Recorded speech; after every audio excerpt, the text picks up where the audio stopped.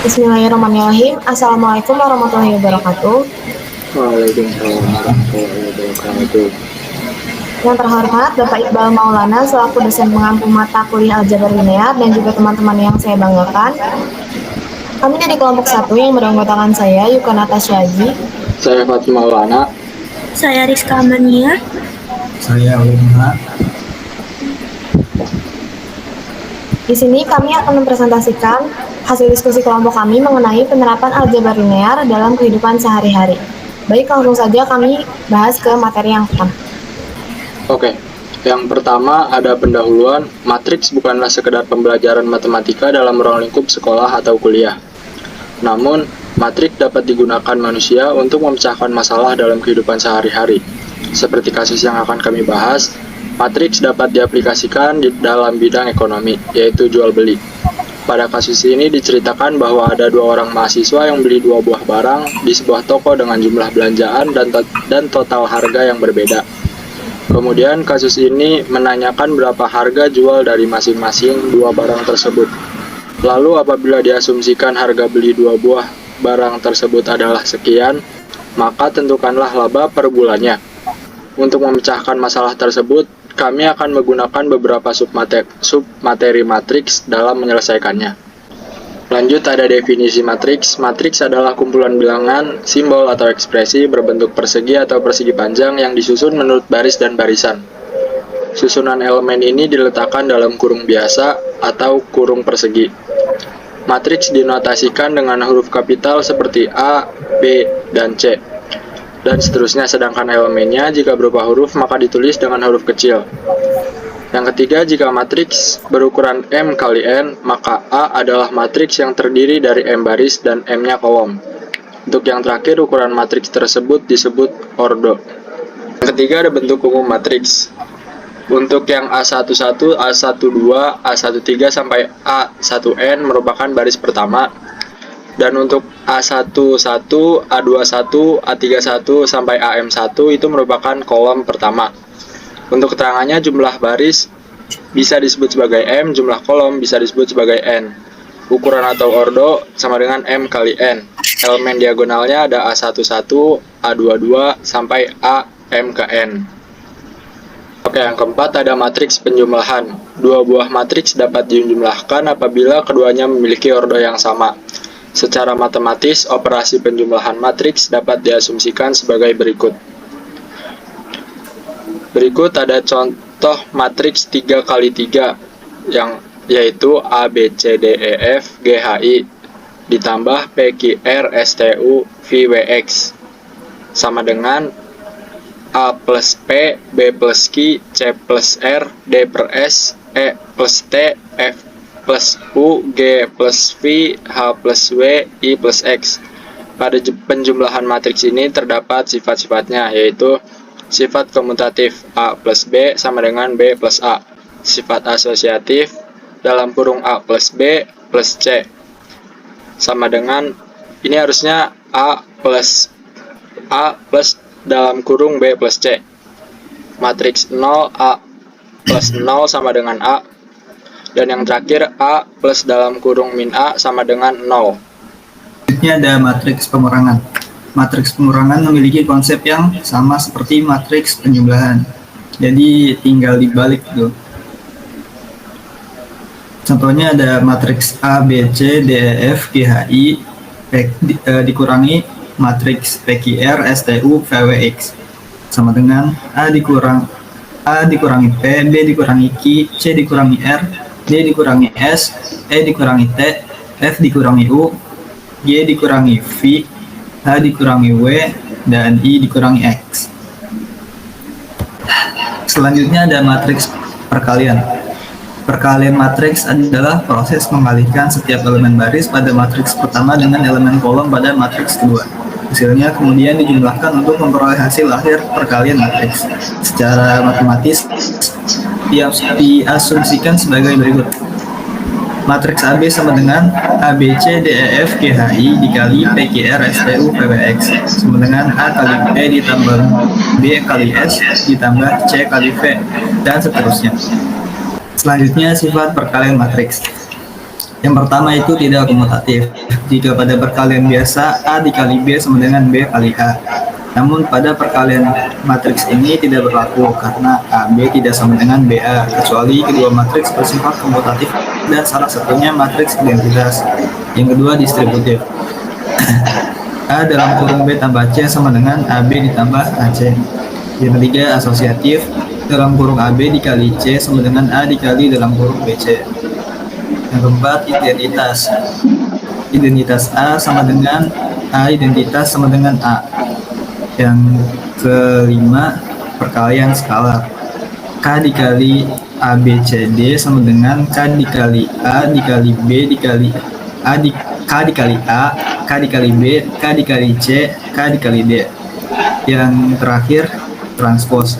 Dalam kurung AB transpos sama dengan B transpos dikali A transpos. Selanjutnya determinan matriks. Determinan merupakan nilai yang dihitung melalui unsur-unsur matriks berbentuk mirip dengan persegi. Simbol dari determinan matriks A adalah ZA dan seterusnya. Matriks persegi sendiri merupakan matriks yang memiliki jumlah baris dan kolom yang sama. Berikutnya adalah penyelesaian determinan matriks menggunakan metode Sarus. ZA sama dengan ABC DEF GHI dikali AD BE CF sama dengan A dikali E dikali I ditambah D dikali H dikali C ditambah G dikali B dikali F dikurangi D dikali B dikali I ditambah A dikali H dikali F ditambah G dikali E dikali C. Selanjutnya ada minor matriks. Pengertian dari matriks minor. Minor suatu matriks A dilambangkan dengan MIJ, merupakan determinan matriks bagian dari matriks A yang diperoleh dengan cara menghilangkan elemen-elemen pada baris ke I dan juga elemen pada kolom ke J. Minor ini hanya bisa ditemukan pada matriks 2x2 ke atas, sehingga matriks 1x1 tidak memiliki minor. Misalnya A sama dengan ABCD, maka minor matriks A adalah DCBA. Jadi tinggal dibalik. Selanjutnya ada kofaktor matriks. Kofaktor merupakan hasil perkalian minor dengan suatu angka yang besarnya menuruti suatu aturan, yaitu min 1 I ditambah J, dengan I adalah baris dan J adalah kolom.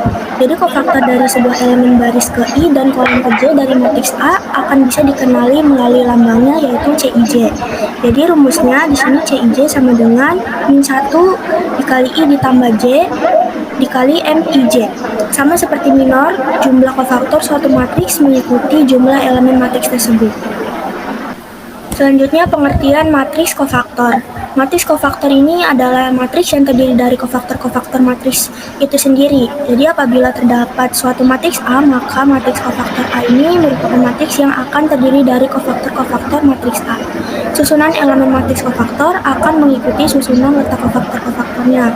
Misalnya di sini ada matriks A 2x2 dengan elemennya ada A, B, C, D. Maka pertama-tama kita cari minornya dulu.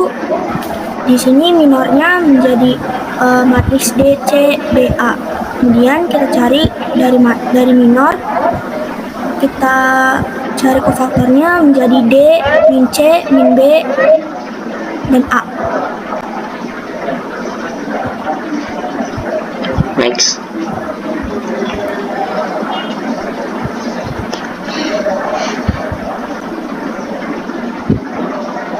Selanjutnya, adjoint matriks. Adjoint dari matriks persegi A sama dengan matriks AIJ N kali N. Didefinisikan sebagai transpos dari matriks AIJ N kali N, di mana AIJ ini adalah kofaktor dari elemen AIJ. Adjoint dari matriks A dilambangkan dengan ADJA. Untuk mencari adjoint dari sebuah matriks, pertama-tama kita cari kofaktornya dulu dari matriksnya, kemudian ditranspos dari matriks kofaktor tersebut. Selanjutnya di sini ada persamaan matriks, ada dua persamaan matriks. Yang pertama persamaan A, XA sama dengan B. XA A inverse sama dengan B A inverse. A sama dengan B A inverse. Persamaan kedua AX sama dengan B, A kali X sama dengan B, X sama dengan A inverse dikali B. Kemudian soal penerapannya, di sini ada Anya dan Sabrina merupakan mahasiswa jurusan seni rupa yang akan melakukan praktek melukis. Mereka berdua membutuhkan kanvas dan cat minyak sebagai media untuk membuat lukisan. Mereka berdua pergi ke toko mawar untuk membeli keperluan mereka. Anya membeli 2 buah kanvas dan 3 buah cat minyak dengan total harga Rp174.000. Sedangkan Sabrina membeli 3 buah kanvas dan 5 buah cat minyak dengan harga Rp282.000. A. Tentukanlah berapa harga jual sebuah kanvas dan cat minyak di toko mawar tersebut. B. Jika setiap minggunya Anya dan Sabrina membeli kanvas dan cat minyak dalam jumlah yang sama, maka tentukanlah laba penjualan kanvas dan cat minyak yang dibeli mereka berdua dalam sebulan di toko mawar. Dengan harga kanvasnya Rp18.000 dan harga beli cat minyaknya Rp35.000. Di sini penyelesaiannya untuk jawaban yang A, pertama-tama buatlah tabel terlebih dahulu. Di sini ada kolom kanvas, terus ada kolom cat minyak dan kolom total harga. Terus di sini Anya membeli 2 kanvas dan 3 cat minyak dengan total harga Rp174.000. Kalau Sabrina membeli 3 kanvas dan 5 cat minyak dengan total harga Rp282.000. Kita misalkan X sebagai harga 1 buah kanvas dan Y harga 1 buah cat minyak. Masalah tersebut dapat diselesaikan dengan metode SPL sistem persamaan linear. Di sini ada 2X tambah 3Y sama dengan 174.000, lalu ada 3X tambah 5Y sama dengan 282.000. Bentuk matriks dan persamaan di atas adalah 2335 XY sama dengan 174.000, 282.000. Di sini dilambangkan sebagai A, dilambangkan sebagai X, dan dilambangkan sebagai B.